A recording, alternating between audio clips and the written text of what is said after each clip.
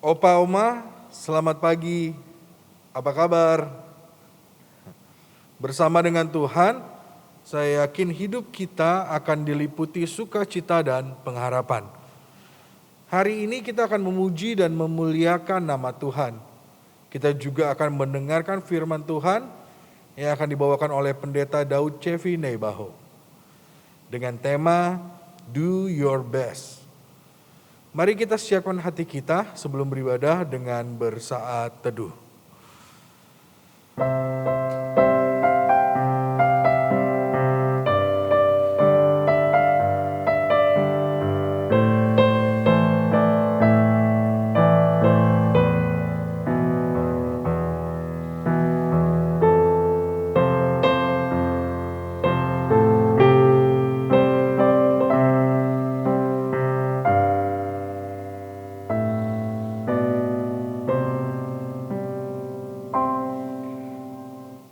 Aku hendak memuji Tuhan pada segala waktu.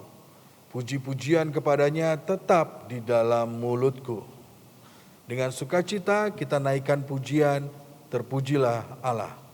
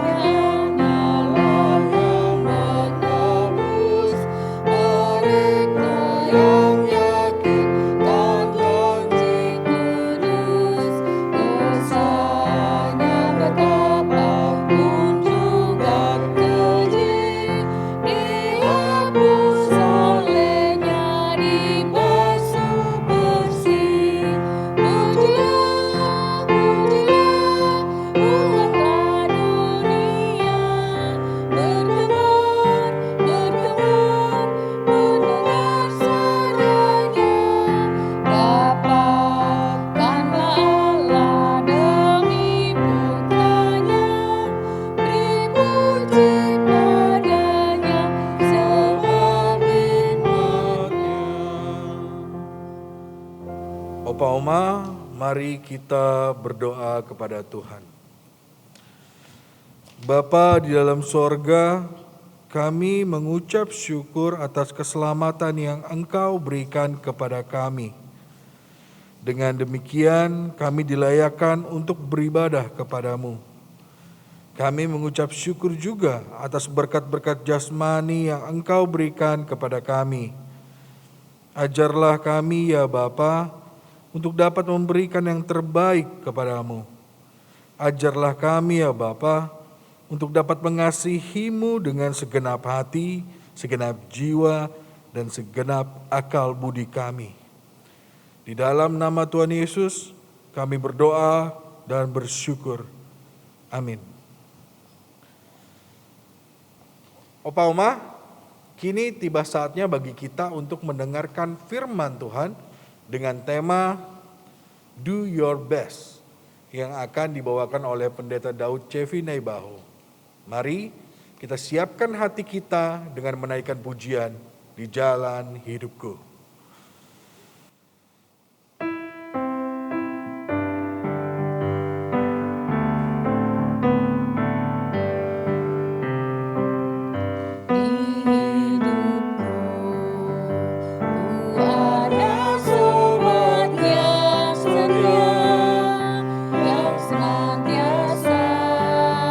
Berjalan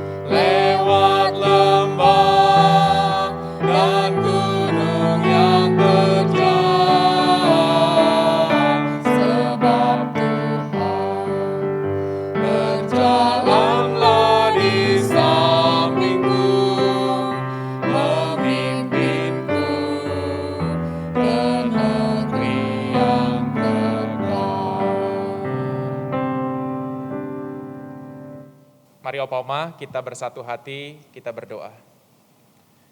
Seperti pujian yang baru saja kami naikkan ya Bapa, dalam hidup kami ada satu sobat yang setia, yaitu Yesus Kristus yang senantiasa berjalan bersama dengan kami di tengah-tengah tantangan yang kami hadapi.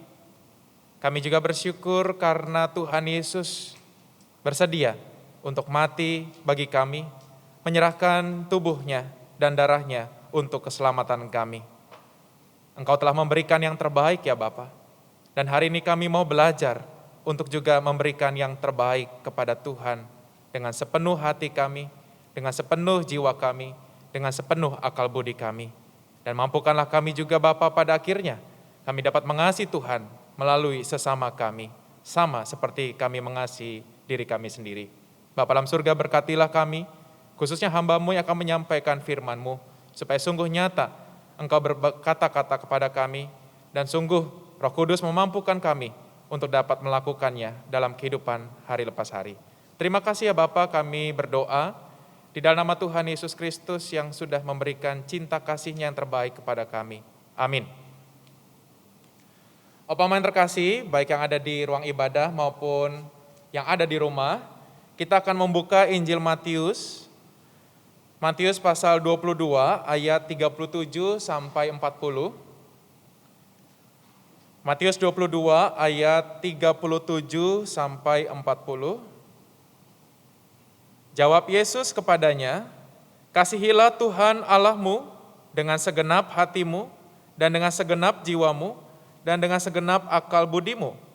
Itulah hukum yang terutama dan yang pertama. Dan hukum yang kedua yang sama dengan itu ialah, kasihilah sesamamu manusia seperti dirimu sendiri. Pada kedua hukum inilah tergantung seluruh hukum Taurat dan kitab para nabi." Opa-oma terkasih, siapa yang tidak kenal dengan hukum kasih? Saya yakin opa-oma yang ada di rumah tahu, bahkan hafal betul hukum kasih tersebut. Mari kita buktikan ya, meskipun saya nggak bisa melihat opa-oma di rumah masing-masing. Yuk kita coba sebutkan hukum kasih ya. Kita sebutkan bareng-bareng ya, yang ada di rumah juga yang di gereja, silakan. Hukum kasih, 1, 2, 3. Kasihilah Tuhan Allahmu dengan segenap hatimu, dengan segenap jiwamu, dan dengan segenap akal budimu. Lalu yang kedua, kasihlah sesamamu manusia seperti dirimu sendiri. Wah, saya nggak ngeliat nih ya, tapi saya yakin hafal semua. Nah, Pak terkasih dalam Tuhan Yesus Kristus, hukum kasih yang barusan kita ucapkan adalah jawaban Tuhan Yesus kepada seorang ahli Taurat yang bertanya, "Guru, hukum manakah yang terutama dalam hukum Taurat?" Opama untuk memahami pertanyaan tersebut, kita perlu memahami apa yang dimaksud dengan hukum Taurat. Apa yang dimaksud dengan hukum Taurat? Kira-kira menurut Opama hukum Taurat itu apa sih? Hukum Taurat apa, Bu? Yang mana hukum Taurat? Ya? Yang di perjanjian lama. Biasanya kita mengacu kepada 10 hukum Tuhan. Jangan ada padamu ilah lain, jangan membuat patung, jangan menyebut nama Tuhan sembarang, ingat dan kuduskan hari Sabat sampai hukum yang ke-10, jangan mengingini barang milik orang lain. Pertanyaannya, apakah hukum Taurat sama dengan 10 hukum Tuhan? Apa ternyata berbeda. Berbeda. Hukum Taurat adalah penjabaran dari 10 hukum Tuhan. Jadi betul 10 hukum Tuhan, lalu kemudian ditafsirkan, dijabarkan oleh ahli-ahli Taurat menjadi hukum Taurat. Dari 10 hukum Tuhan tersebut, ahli Taurat menjabarkannya menjadi lebih detail. Kalau dalam bahasa hukumnya dari 10 pasal hukum Tuhan dijabarkan menjadi ratusan ayat yang disebut dengan mitzvah. Ya, jadi hukum Taurat ini mitzvah. Konon Bapak Ibu, Opa Oma ada 613 aturan yang diturunkan dari 10 hukum tadi ya. Dari 10 hukum jadi 613 yang terdiri dari 365 larangan. Jangan ini, jangan itu ya, jangan menggerutu, jangan bersungut-sungut. Dan 248 hukum positif. Taatilah, patuhilah, lakukanlah pekerjaan yang jujur misalkan. Ya, 613 itu dibagi 365 larangan dan 248 hukum positif. Angka 365 ini diambil dari jumlah hari dalam 1 tahun. Sudah hebat ya bangsa Israel zaman dulu ya. Dari 1 hari, tahun matahari, maka ada 1 tahun matahari ada 365 hari, maka diambillah 365. Kemudian 248 diambil dari mana? Diambil dari jumlah tulang dan organ utama tubuh manusia. Waduh, udah hebat ya. Udah tahu anatomi tubuh. Saya nggak tahu, nanti tanya dokter Adit ya. Yang belajar kedokteran ya, betul nggak anatomi tubuh kita, tulang dan organ utama manusia itu terdiri dari 248. Karena badan kita katanya tubuh kita suka melakukan dosa, makanya 248 ini jangan itu. Ya, ada 248 larangan. Nah, Bapak terkasih, oleh karena itu mari kita bisa bedakan mana 10 hukum Tuhan, mana hukum Taurat. Hukum Taurat itu adalah turunan dari 10 hukum Tuhan. Nah, Bapak, dengan demikian kita dapat memahami pertanyaan ahli Taurat. Sederhananya dia bertanya demikian, Guru, dari ratusan hukum Taurat, mana yang paling utama? Dari 613 itu mana yang paling utama? Yesus tahu kalau pertanyaan ini pertanyaan jebakan. Kalau kita lihat dalam bacaan kita, pertanyaan untuk jebakan. Sebab kalau Tuhan Yesus mengatakan, oh hukum yang satu lebih utama, berarti Yesus merendahkan hukum yang lain. Ketika Yesus mengatakan hukum ini yang terbaik, maka Yesus secara tidak langsung merendahkan hukum yang lain. Tapi dengan bijak Yesus berkata, Yesus tidak mengatakan salah satu dari 613 hukum tersebut, tapi dia kembali ke perjanjian lama. Inti dari hukum Taurat apa? Dikatakan, kasihilah Tuhan Allahmu dengan segenap hatimu, dan dengan segenap jiwamu, dan dengan segenap akal budimu. Itulah hukum yang terutama dan yang pertama. Dan hukum yang kedua yang sama dengan itu ialah, kasihilah sesamamu manusia seperti dirimu sendiri. Pada kedua hukum inilah tergantung seluruh hukum Taurat dan kitab para nabi. Yesus tidak mengunggulkan yang satu dari sekian banyak ratus hukum Taurat. Namun dia menyimpulkan bahwa hukum Taurat yang ratusan itu menjadi 2 hukum utama. Yaitu apa? Kasih kepada Allah, kasih kepada sesama. Nah, bukankah tadi saya katakan ratusan hukum ini bermuara dari 10 hukum Tuhan? Kalau kita lihat 10 hukum Tuhan, maka ada 2 bagian besar. Hukum yang pertama sampai yang keempat itu mengatur hubungan kita dengan Tuhan. Betul ya Pak Ma ya? Lalu mengatur hubungan kita dengan sesama mulai dari hukum kelima. Hormatilah orang tuamu sampai dengan jangan mengingini barang milik sesamamu. Sampai hukum ke-10. 1 sampai 4 mengatur relasi kita dengan Tuhan. 5 sampai dengan 10 mengatur relasi kita dengan sesama. Nah, Bapak terkasih, inti dari hukum Taurat adalah kasih kepada Tuhan, kasih kepada sesama. Dan Yesus mengatakan, kedua hukum inilah tergantung seluruh hukum Taurat dan kitab para nabi. Kalau kita lihat Alkitab juga Pak Ma ya, intinya kan gitu ya Pak Ma ya. Kasih kepada Tuhan, kasih kepada sesama. Inti dari Alkitab yang kita baca, inti besarnya, utamanya adalah kasih kepada Tuhan, kasih kepada sesama. Nah, Bapak terkasih, hukum ini jugalah yang seharusnya mewarnai kehidupan kita. Mengasihi Tuhan, mengasihi sesama. Nah, kita lihat satu persatu ya Pak Ma ya. Yang pertama, mengasihi Tuhan. Ada keterangannya yang Yesus katakan. Mengasihi enggak sebarangan mengasihi, tapi mengasihi dengan segenap hati, segenap jiwa, segenap akal budi. Artinya mengasihi Tuhan dengan cara memusatkan seluruh kehidupan kita, baik hati kita, jiwa, akal budi kepada Tuhan. Pertanyaan bagaimana caranya?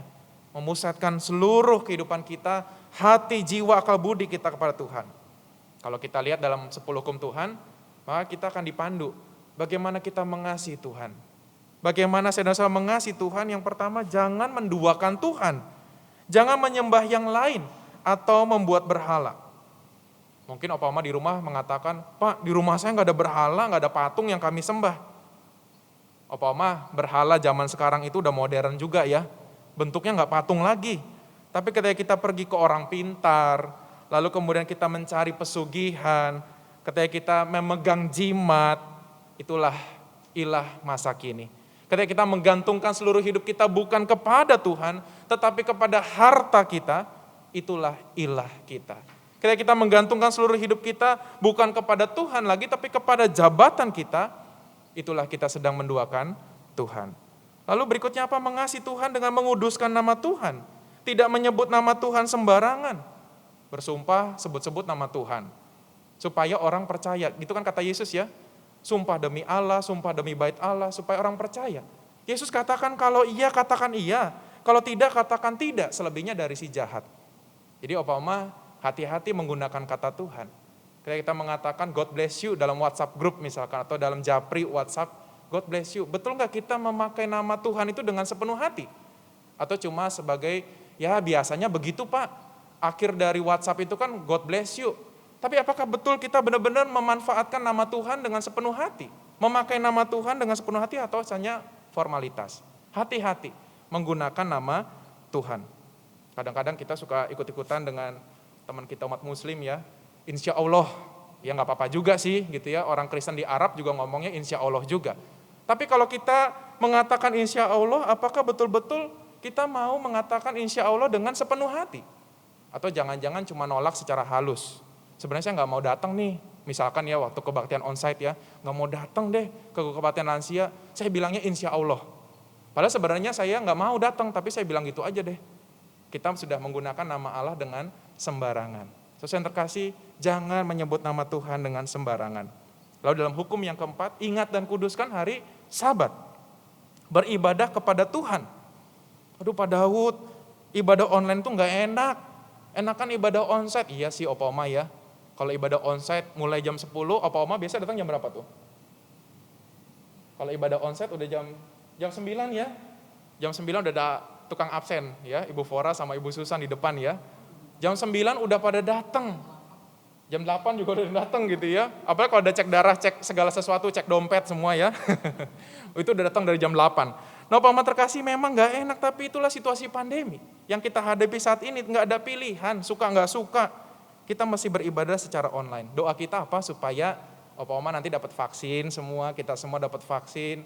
Negara kita udah lebih aman, nah kita bisa ketemu kembali. Kita terus doakan. Tapi sementara ini, mari kita beribadah kepada Tuhan secara virtual. Meskipun kita mungkin gak nyaman. Biasa ketemu orang, sekarang ngelihatnya handphone, ngelihatnya laptop, ngelihatnya TV, gak nyaman. Tapi itulah, tidak ada pilihan, suka atau tidak suka, sementara ini mari kita beribadah secara online.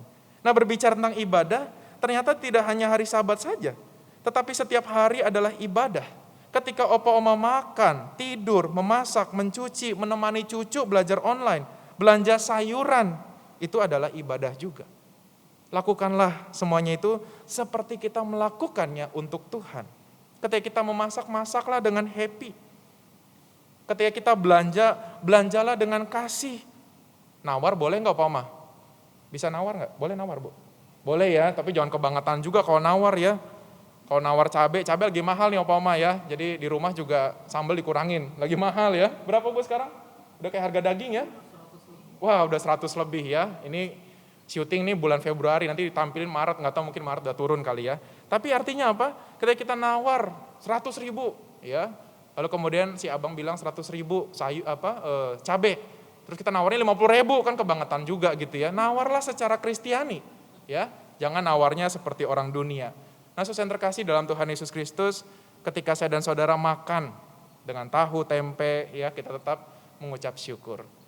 Ketika saya dan saudara masak, mencuci, makan, belanja, itu adalah ibadah. Lakukanlah semuanya itu sama seperti kita melakukannya untuk Tuhan. Jika kita menghayati bahwa keseluruhan hidup kita ibadah, maka kita memberikan yang terbaik, do your best. Melakukan yang terbaik kepada Tuhan. Kita beribadah kepada Tuhan dengan sukacita, kita akan melakukan keseharian kita yang adalah ibadah juga dengan sukacita. Lalu yang kedua, mengasihi sesama. Yesus menggarisbawahi, kasihlah sesamamu manusia seperti dirimu sendiri. Siapa di sini Opa-Oma yang gak sayang dengan dirinya? Opa-Oma? Bapak Ibu, Ibu-Ibu sayang ya. Menjaga dirinya dengan baik. Kita semua sayang diri kita, berusaha memberikan yang terbaik untuk diri kita. Saudara yang terkasih, oleh karena itu keinginan untuk melakukan yang terbaik kepada sesama, dasarnya apa? Dasarnya adalah kita harus mengasihi sama seperti diri kita sendiri. Tolak ukurnya adalah mengasihi diri kita. Baru kita melakukan untuk sesama. Contohnya gini Opa-Oma. Kalau Opa-Oma dikasih makanan sama tetangga, suka yang masih fresh atau yang sudah basi? Yang fresh ya, nggak usah ditanya juga senang ya. Kita mau orang memberikan yang terbaik buat kita, standarnya kita apa? Kita mau yang terbaik. Nah ini harus dijadikan standar juga untuk melakukannya kepada sesama. Kalau kita mau ngasih kepada sesama, kita harus kasih juga yang terbaik. Kasih makanan yang fresh. Opa oma kalau salah terus minta maaf. Maunya diampuni tidak? Mau ya? Tolak ukurnya diri kita. Kalau kita mau diampuni, maka mari berikanlah juga pengampunan kepada orang yang meminta pengampunan kepada kita. Opa oma kalau dikasih senyum senang atau tidak? Apalagi duit ya, senang nggak? Oh senang ya. Sama mantu, anak dikasih duit, jangankan Pak, duit senyum juga kami senang kok Pak, ya gitu ya, lagi pandemi soalnya gitu ya. Nah saudara yang terkasih, ketika kita diberikan senyum kita senang. Tolak ukurnya kita, kalau kita senang diberi senyum, mari kita lakukan itu juga kepada sesama kita. Dengan tulus hati tentunya. Nah Pak terkasih, oleh karena itu ketika saya melakukan sesuatu kepada yang lain, tolak ukurnya ada pada diri kita. Mari kita merenungkan kalau saya melakukan ini kepada sesama saya, kalau itu diberlakukan kepada saya senang nggak? Kalau saya senang, yuk kita lakukan untuk mereka. Kalau saya sendiri merasa, saya nggak senang kalau diperlakukan begitu, mari kita jangan lakukan itu. Kita lakukan yang kita senang juga, kalau orang perlakukan itu terhadap kita. Nah, umpama dari hukum yang kedua ini, kita belajar untuk melakukan yang terbaik kepada sesama, sebagaimana kita melakukan yang terbaik untuk diri kita. Ingat, tolak ukurnya adalah bukan orang lain. Dia nggak mau ngampuni saya Pak, dia nggak mau kasih yang terbaik buat saya. Tolak ukurnya bukan orang lain. Tolak ukurnya adalah diri kita. Kalau kita menghayati Tuhan sudah memberikan terbaik buat kita, maka kita juga mau memberikan yang terbaik untuk Tuhan dan juga untuk sesama. Kenapa? Karena Tuhan pernah berkata, jika seorang berkata, aku mengasihi Allah dan ia membenci saudaranya, maka ia adalah pendusta. Karena barang siapa tidak mengasihi saudaranya yang dilihatnya, tidak mungkin mengasihi Allah yang tidak dilihatnya. Kalau kita mengasihi Tuhan, saya kasih Tuhan, saya mengasihi Tuhan, tapi kita nggak mengasihi sesama, Tuhan bilang itu pendusta. Kenapa? Karena mengasihi Tuhan, mengasihi sesama itu satu paket. Satu paket, kita nggak bisa memisahkannya. Oleh karena itu ketika kita mengasihi Tuhan, maka di saat yang sama, kita juga harus mengasihi sesama. Ketika kita mengasihi sesama, anak, mantu, cucu kita, maka secara tidak langsung kita juga sudah mengasihi Tuhan. Bukankah ini yang dilakukan juga oleh Ibu Teresa? Ketika dia memandikan anak-anak jalanan yang penuh borok, bau, udah lama nggak mandi. Lalu relawan bertanya, Ibu Teresa kok mau sih mandiin, dia kan bau ya, udah berhari-hari, berminggu-minggu nggak mandi, banyak boroknya. Ibu Teresa berkata apa? Ketika saya memandikan dia, saya sedang memandikan Tuhan. Ketika saya membersihkan dia, saya sedang membersihkan tubuh Tuhan Yesus. Saudara yang terkasih, sebuah spiritualitas yang luar biasa. Apa yang kita lakukan untuk sesama, lakukanlah itu seperti kita melakukannya untuk Tuhan. Maka dengan demikian, kita akan dibantu dengan ayat ini, firman Tuhan hari ini, untuk memberikan yang terbaik kepada Tuhan, tapi juga kepada sesama kita. Kiranya Tuhan menolong kita untuk melakukan yang terbaik. Do your best. Kita bersatu teduh.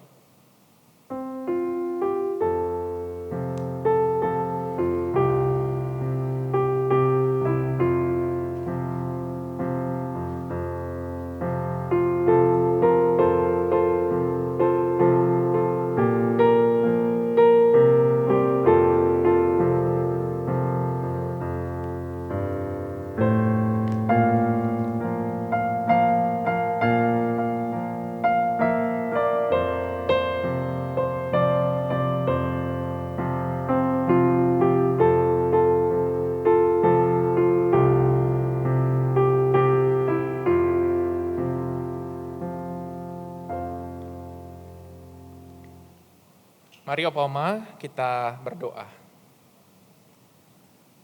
Terima kasih Tuhan untuk firman yang boleh kami dengarkan. Memang tidak mudah mengasihi Tuhan di dalam kehidupan kami. Karena ada begitu banyak tantangan, cobaan yang membuat kami enggan untuk beribadah, malas untuk berdoa, atau mungkin juga kami sulit untuk mendekatkan diri kepada Tuhan. Namun hari ini kami diingatkan ya Bapa, Engkau telah memberikan yang terbaik untuk kami. Bahkan anak-Mu Yesus Kristus sudah Engkau berikan kepada kami. Bila firman Tuhan hari ini menolong kami untuk kami boleh memberikan yang terbaik kepada Engkau. Dengan sepenuh hati kami, sepenuh jiwa kami, sepenuh akal budi kami. Bantulah kami juga ya Bapa, di tengah-tengah situasi pandemi ini, kami boleh mengasihi sesama kami, khususnya yang ada di rumah, anak, mantu, cucu kami, atau mungkin cicit kami. Karena di saat yang sama, ketika kami mengasihi mereka, kami juga sudah mengasihi Tuhan. Bapa dalam surga, biarlah tutur kata, biarlah perbuatan kami sungguh menjadi berkat yang boleh menyukacitakan hati sesama kami. Kami saat ini juga berdoa ya Bapa, untuk saudara kami yang tertimpa musibah bencana alam. Ada begitu banyak bencana alam, banjir, khususnya di daerah Jakarta dan sekitarnya, bencana alam, longsor, Gunung Merapi, dan juga ada gempa bumi. Tuhan yang memberkati para pengungsi, para korban bencana alam. Biarlah Tuhan pakai pemerintah untuk dapat menyapa, untuk dapat memenuhi segala kebutuhan mereka.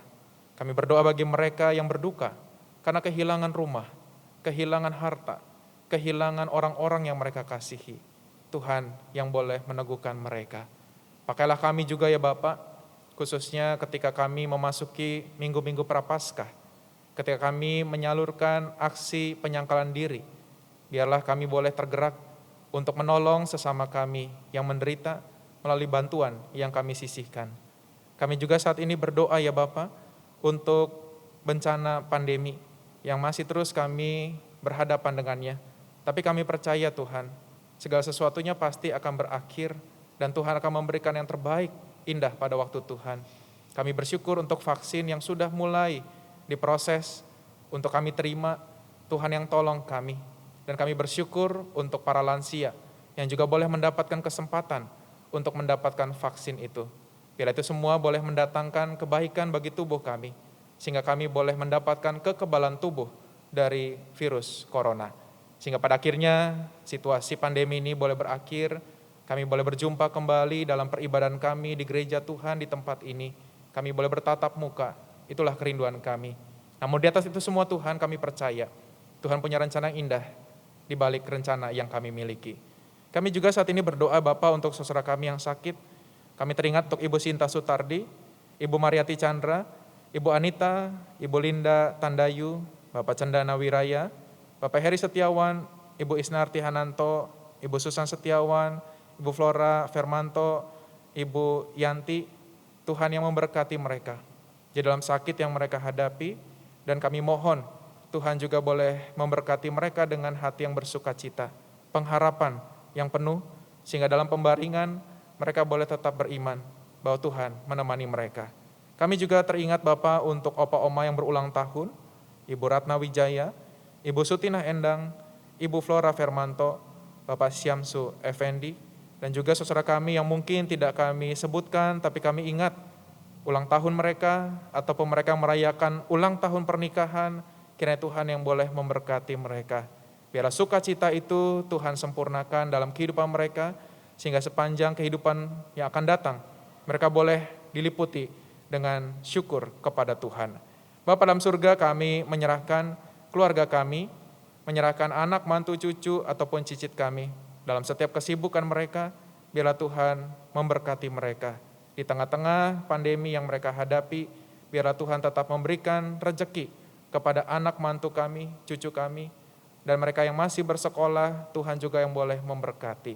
Terima kasih Bapak, kami serahkan seluruh doa syafaat kami ke dalam nama Tuhan Yesus Kristus, Tuhan dan Juru Selamat kami yang hidup. Amin.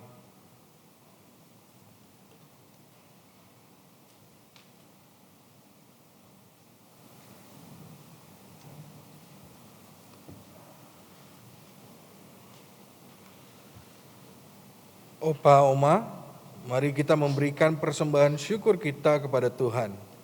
Opa Oma dapat menyerahkan persembahan dengan 3 cara. Pertama, mentransfer ke rekening BCA 198310544 atas nama Gereja Kristen Indonesia. Kedua, dengan scanning QR Code melalui OVO, GoPay, Link, dan BCA Mobile. Ketiga, menyerahkannya ke tata usaha pada jam kerja dengan membubuhkan nama atau nomor anggota dan jumlah persembahan di amplop.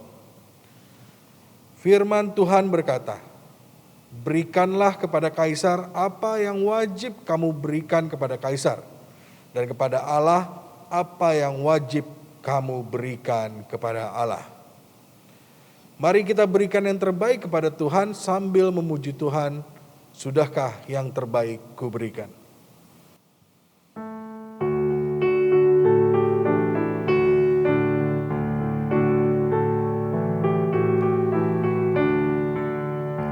Sudahkah yang terbaik kuberikan kepada Yesus Tuhanku? Besar pengorbanannya di Kalvari, diharapnya terbaik dariku. Berapa yang terhilang telah ku cari, dan ku lepaskan yang terbelenggu.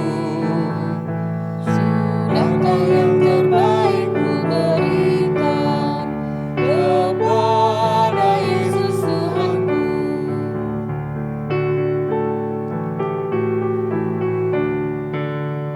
Telah ku perhatikan kau sesama, atau ku biarkan tegar? Ku patut menghantarnya pada Kristus, dan kasih Tuhan harus ku sebar. Berapa yang terhilang telah ku cari, dan ku lepaskan yang terbelenggu. Sudahkah yang terbaik ku berikan kepada Yesus Tuhanku? Opa Oma yang terkasih, mari kita berdoa. Ya Tuhan, kembali kami datang ke hadapan-Mu. Saat ini kami membawa persembahan syukur kami. Terimalah ya Tuhan, meski tidak sebanding dengan yang Engkau berikan kepada kami. Kami naikkan doa syukur kami ke hadapan-Mu. Amin.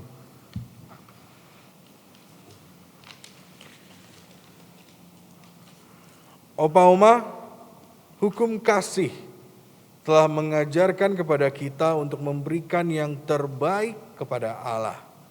Marilah kita bawa segenap talenta kita untuk kemuliaan namanya.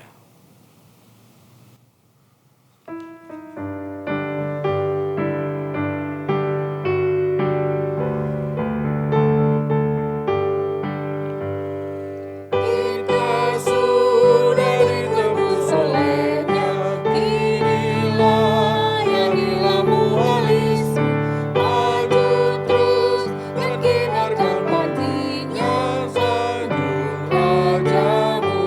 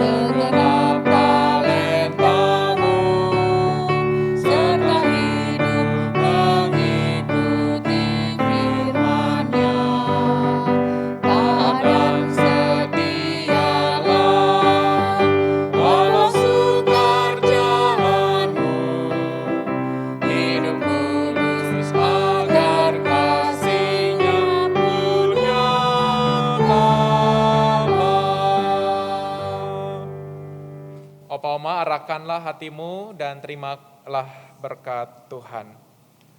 Anugerah Tuhan Yesus Kristus, kasih Allah Bapa dan persekutuan dengan Roh Kudus menyertai Opa Oma dan keluarga, memampukan Opa Oma untuk mengasihi Tuhan dan sesama. Amin. Terima kasih Bapa, terima kasih Bapa di dalam surga, Tuhan terima kasih. Amin.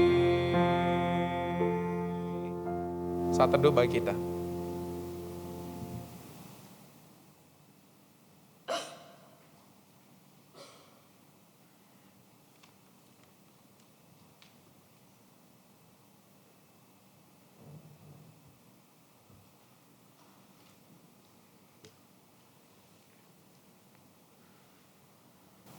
Opa Oma, ibadah kita sudah selesai. Saya ingin menyampaikan ayat hafalan buat Opa Oma yang terambil dari bacaan kita hari ini, yaitu dari Matius 22 ayat 37 sampai 40. Demikian. Jawab Yesus kepadanya, "Kasihilah Tuhan Allahmu dengan segenap hatimu dan dengan segenap jiwamu dan dengan segenap akal budimu. Itulah hukum yang terutama dan yang pertama. Dan hukum yang kedua yang sama dengan itu ialah kasihilah sesamamu manusia seperti dirimu sendiri." Pada kedua hukum inilah tergantung seluruh hukum Taurat dan kitab para nabi. Kita ulangi sekali lagi ya Opa Oma. Jawab Yesus kepadanya, "Kasihilah Tuhan Allahmu dengan segenap hatimu dan dengan segenap jiwamu dan dengan segenap akal budimu. Itulah hukum yang terutama dan yang pertama. Dan hukum yang kedua yang sama dengan itu ialah kasihilah sesamamu manusia seperti dirimu sendiri. Pada kedua hukum inilah tergantung seluruh hukum Taurat dan kitab para nabi." Opa Oma, ibadah kita sudah selesai. Kiranya Opa Oma tetap diberkati Tuhan dengan kesehatan dan sukacita. Sampai jumpa kembali di ibadah lansia berikutnya. Tuhan memberkati.